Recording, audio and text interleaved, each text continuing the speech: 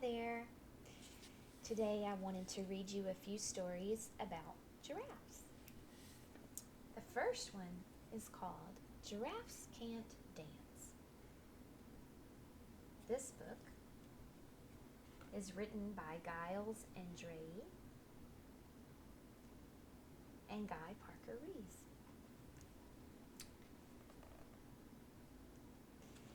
Gerald was a tall giraffe whose neck was long and slim, but his knees were awfully crooked and his legs were rather thin.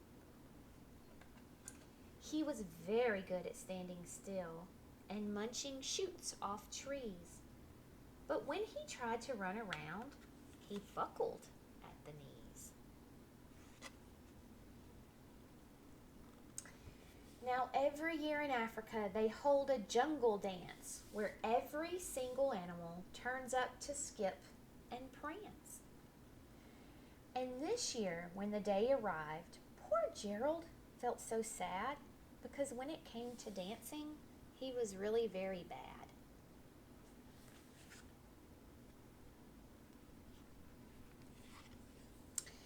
The warthogs started waltzing and the rhinos rock and rolled.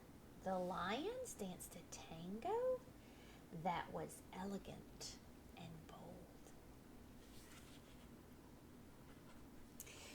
The chimps all did a cha-cha with a very Latin feel, and 8 baboons then teamed up for a splendid Scottish reel.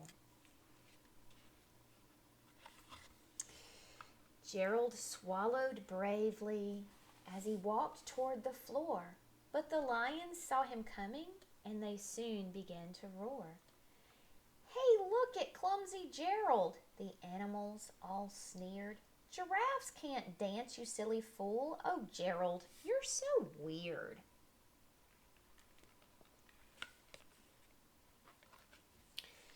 Gerald simply froze up.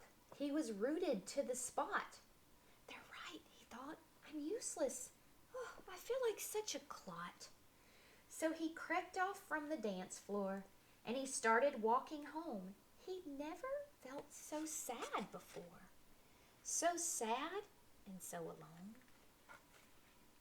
Then he found a little clearing and he looked up at the sky. "The moon can be so beautiful," he whispered with a sigh. "Excuse me," coughed a cricket who'd seen Gerald earlier on, "but sometimes when you're different, you just need a different song."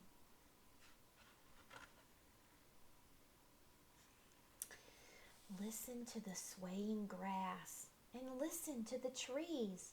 To me, the sweetest music is those branches in the breeze. So imagine that the lovely moon is playing just for you. Everything makes music if you really want it to. With that, the cricket smiled and picked up his violin. Then Gerald felt his body do the most amazing thing. His hooves had started shuffling, making circles on the ground. His neck was gently swaying, and his tail was swishing round.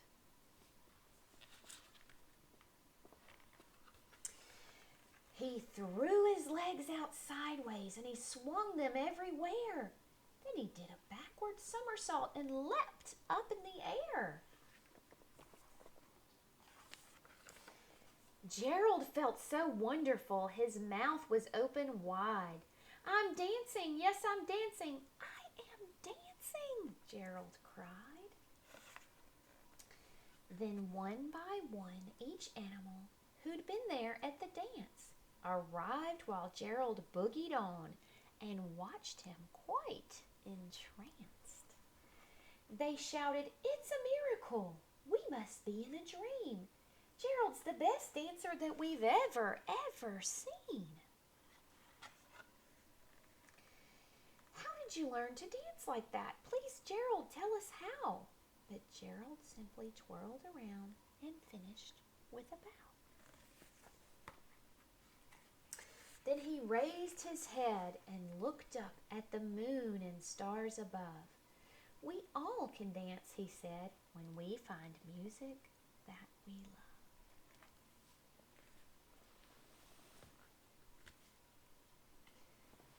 The other book I have for you is by Jory John, and it's illustrated by Lane Smith, which means he drew the pictures. It's called Giraffe Problems.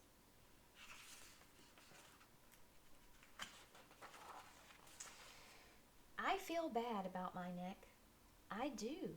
I can't help it. It's too long, too bendy, too narrow, too dopey, too patterned, too stretchy, too high, too lofty, too necky. Yes, my neck is too necky. Everybody stares at it.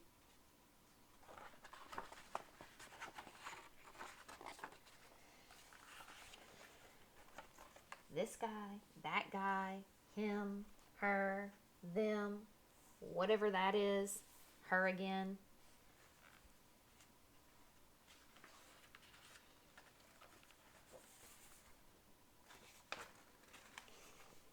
Yep, I feel bad about my neck. I've tried dressing it up. I've added a scarf, 2 scarves, a bundle of scarves, a mountain of scarves. I've tried bow ties, regular ties, and both.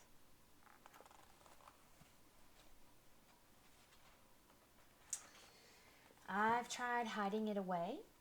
I've used shrubs. I've hung out in ditches. I've stood behind trees. I've spent time in the river.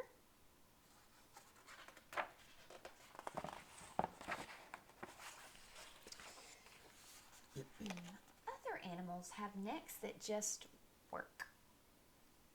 Take a gander at this zebra's neck. Stripes always look good. So classic.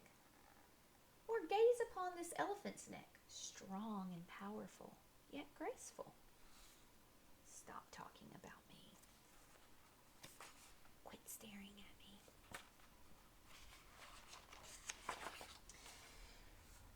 Or glimpse this lion whose neck is adorned with a glorious mane of flowing locks. What a sight! How inspiring! Why can't I have a neck like that? Are you always this loud? My mom always said I should be proud of my neck. She said other animals would love to have a neck like this. Yeah, right. No offense, Mom, but nobody wants this neck. It's a neck only a mother could love. It makes me want to hide until the sun sets.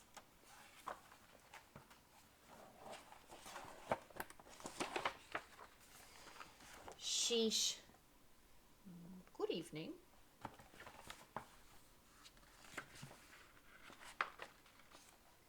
I've been admiring your neck from afar. Oh, how I wish my neck looked like yours. I'd get so much done in a day. Goodness, I can only imagine all the reaching and grabbing and looking around I'd do. I'd accomplish many of my goals, for sure. Meanwhile, I'm settled with this little excuse for a neck. Here, watch me stretch it out. Ugh. See, that's about as far as it goes. Pathetic, right? I'm basically neckless.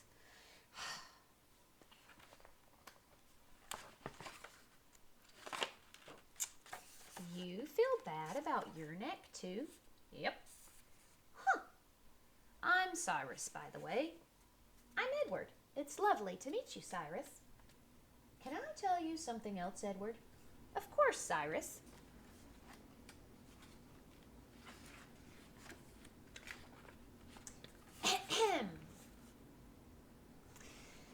There's a hill in the distance which you can surely see from your great vantage. I've stood on that very hill for 7 straight days now, staring skyward, watching as a single piece of fruit, a lone banana, slowly changed from green to yellow, ripening.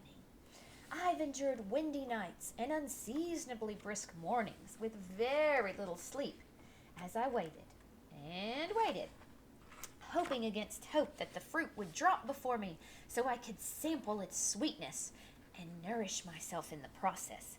Yet day after day, I've felt like such a fool as I stretched my neck toward those greedy branches, only to be limited by my own physical shortcomings. You want a banana from a tree? That's what I said, yes.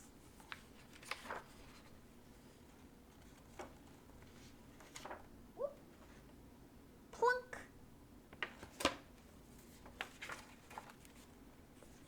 Here you go. Oh, you did it.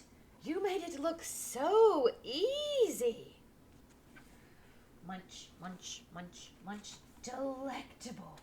So that's what banana tastes like, huh? Oh, it was worth the wait.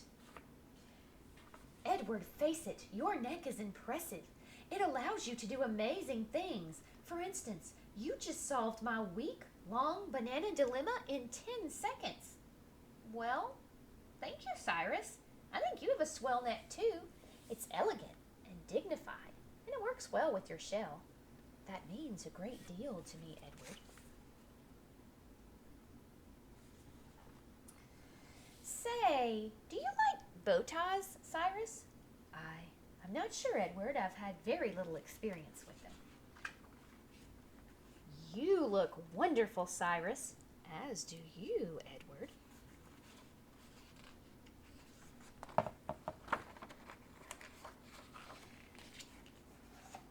I feel good about our necks, Edward. Thank you, Cyrus. For once, so do I. Yes, for once, so do I. Sometimes there can be things we don't like about ourselves, but there are people who would love to have what we have, whether that's a toy or a beautiful smile or the ability to go outside and play every day in the sunshine. So whatever we have, we should be grateful for that, and we should be willing to use our gifts to share with others to brighten their day, just like Cyrus and Edward did. And then they both ended up happy and with a friend. Friend, I hope you have a great rest of your day and a wonderful